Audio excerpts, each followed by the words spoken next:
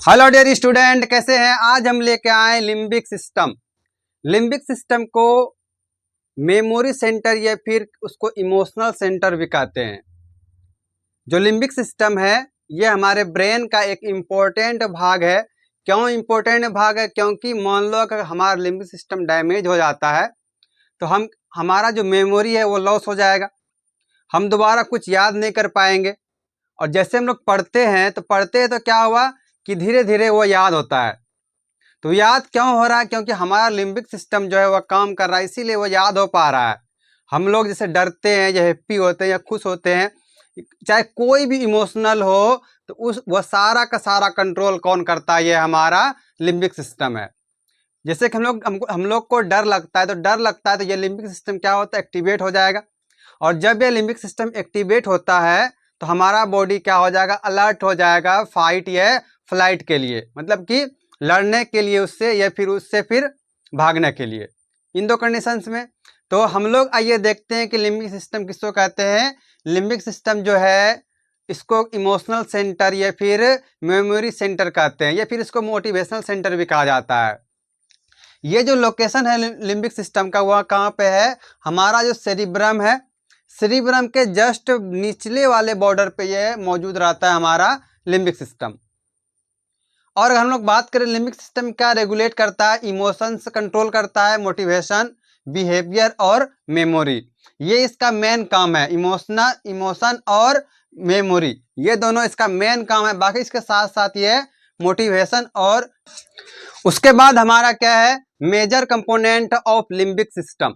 जैसे कि आप लोग को बताया कि हमारा जो ब्रेन है, ब्रेन का ही एक पार्ट क्या है? हमारा लिम्बिक सिस्टम है। और लिम्बिक सिस्टम कहाँ पे पाया जाता है? सेरिब्रम के जस्ट निचले वाले बॉर्डर पे पाया जाता है हमारा लिम्बिक सिस्टम। ये जो लिम्बिक सिस्टम है इसमें भी बहुत सारे पार्ट्स होते हैं। तो लिम्बिक सिस्टम का जो पार्ट है वो कौन कौन सा है? हिप्पोकैम्पस है, उसके बाद जो आता है हमारा सिंगलेट गैरस है, और एक है अल्फैक्टरी बल्ब। इन तीनों का भी काम अलग अलग करके बांट दिया गया है कि आपको यह करना है, दूसरे को यह करना है। लेकिन किस रिलेटेड काम होगा? कि वो जो होता है इमोशन से, लर्निंग से या फिर मेमोरी से, ये इसका मेन काम है। तो सबसे पहले बात करें कि हिप्पोकैम्पस जो है, हिप्पोकैम्पस वर्ड आता है, जैसे कि हम लोग पहले पढ़े हैं कहीं एनिमल किंगडम में कि हिप्पोकैम्पस एक सी हॉर्स को कहा जाता है, यही ना। तो सी हॉर्स की तरह इसका स्ट्रक्चर होता है हिप्पोकैम्पस का, इसीलिए इसका नाम क्या पड़ा? हिप्पोकैम्पस। ये मौजूद कहाँ होता है? इसको लोकेशन क्या होगा कि medial temporal lobe of the brain. कहाँ पे? मिडिल टेम्पोरल लोब पे होता है। और इसका शेप कैसा होता है? सी हॉर्स, इसीलिए इसका नाम क्या पड़ा है? हिप्पोकैम्पस। और हिप्पोकैम्पस इसका क्या है? नेम है, जिसको हम लोग सी हॉर्स भी कहते हैं। इसका काम क्या है? मेमोरी फॉर्मेशन करना है। कैसे मेमोरी फॉर्मेशन करेगा? कि जैसे कि हम लोग कोई भी चीज़ याद करते हैं, जैसे कि हम आपको कोई नंबर बता रहा है, आपने 2 मिनट के लिए उसको एक बार याद किया, आपने लिख लिए, लेकिन उस बाद में वो याद नहीं रहता। तो यह कैसा हुआ? शॉर्ट टर्म के लिए मेमोरी फॉर्मेशन हुआ। लेकिन कोई चीज़ आप पढ़े, आपको 2 साल, 4 साल, 8 साल, जितना दिन भी याद रहा, यह कौन सा मेमोरी हुआ? लॉन्ग टर्म के लिए। तो हिप्पोकैम्पस जो है मेमोरी का फॉर्मेशन करता है शॉर्ट टर्म के लिए भी और लॉन्ग टर्म के लिए, दोनों के लिए। उसके बाद ये क्या करेगा कि हम लोग कहीं भी जाते हैं तो हम लोग को जगह का नाम याद रखना होता है, तब ना भैया, नहीं तो खो जाओ कहीं। अगर नए जगह पे जाओगे तो हम लोग कुछ निशान देख लेते हैं, फिर याद रखते हैं यहाँ पे ये मकान है।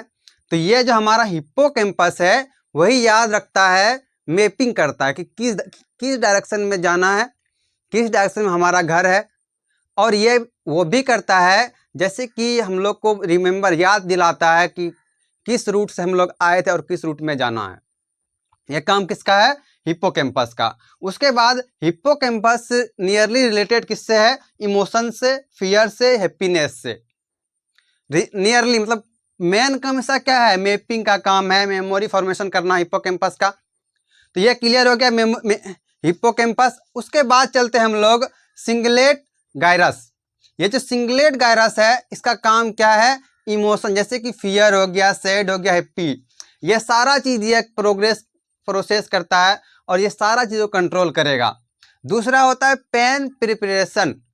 मतलब क्या हुआ पेन प्रिपरेशन का? सिंगलेट का जो काम है वो जैसे कि आपके बॉडी में कहीं पेन हो रहा है, उस पेन को हैंडल करना, उस पेन को रेगुलेट कम करने में, रिड्यूस करने में इसका बहुत बड़ा मदद होता है। उस पेन को ये क्या करेगा, ब्रेन को बताता है कि यहाँ पेन हो रहा है और ब्रेन उसको कंट्रोल करेगा। तीसरा आता है लर्निंग और मेमोरी। इसका काम है कि आप जो पढ़ रहे हैं उस चीज़ को स्टोर करना, आप जो पढ़ रहे हैं उस चीज़ को स्टोर करना। तो जो स्टोर करा उसको क्या कहते हैं, मेमोरी कर रहे हैं। तो जो हम लोग पढ़े और वो स्टोर हुआ वो क्या है, लर्निंग और मेमोरी। एक काम और इसका है अटेंशन और फोकस। अटेंशन क्या कि आपको ये सावधान करता है, इसके साथ साथ ही ये आपका माइंड कंसंट्रेट करने में मदद करेगा। अब लास्ट हमारा क्या आता है, अल्फैक्टरी बल्ब आता है। और अल्फैक्टरी बल्ब में क्या करेगा, ये स्मेल को डिटेक्ट करता है, ये स्मेल को कंट्रोल करेगा और साथ साथ में यह याद भी रखता है कि किस चीज़ का स्मेल कैसा है, मतलब मेमोरी का काम करता है। जैसे कि आप कहीं मार्केट गए, आपने अच्छा चीज़ खाया तो दोस्त आके बताते हैं कि उसका जो स्मेल था बहुत ज़बरदस्त था। तो वो जो स्मेल आप बता पा रहे अपने दोस्त को, तो वो कौन कंट्रोल कर रहा था, हमारा अल्फैक्टरी बल्ब। जैसे कि पहले हम लोग पढ़े थे ना, जब नोज़ के बारे में पढ़े, तो नोज़ में क्या था, हमारे अल्फैक्टरी रिसेप्टर था जो कि रिसेप्ट किया स्मेल को और हमारे ब्रेन के पास भेजा। तो ब्रेन के पास जिसके पास भेजा वो कौन है, हमारा अल्फैक्टरी बल्ब है, इसी के पास भेजा था। क्यों भेजा था कि भैया इसका स्मेल पहचान लो और साथ ही साथ क्या करना है, याद भी रख लेना है। अगर हम फंक्शंस की बात करें कि लिम्बिक सिस्टम का फंक्शन क्या होता है, तो हम लोग पहले देखें क्या है कि ये इमोशंस कंट्रोल करता है, इमोशन का फॉर्मेशन करता है। क्या कर रहा था, ये शॉर्ट टर्म के लिए और लॉन्ग टर्म के लिए इमोशंस को क्रिएट कर रहा था। जो कोई जैसे नंबर याद किए या फिर कोई आप पढ़े, तो ये क्या था, हमारा एक शॉर्ट टर्म के लिए याद था, एक लॉन्ग टर्म के लिए। तो ये काम किसका था, लिम्बिक सिस्टम का काम था। उसी तरह क्या है कि हम लोग पढ़ते हैं, ये मोटिवेट होते हैं, तो वह सारा काम भी इसी का है। जैसे हमारा बिहेवियर है, तो बिहेवियर भी कंट्रोल कर रहा है कौन, ये हमारा लिम्बिक सिस्टम।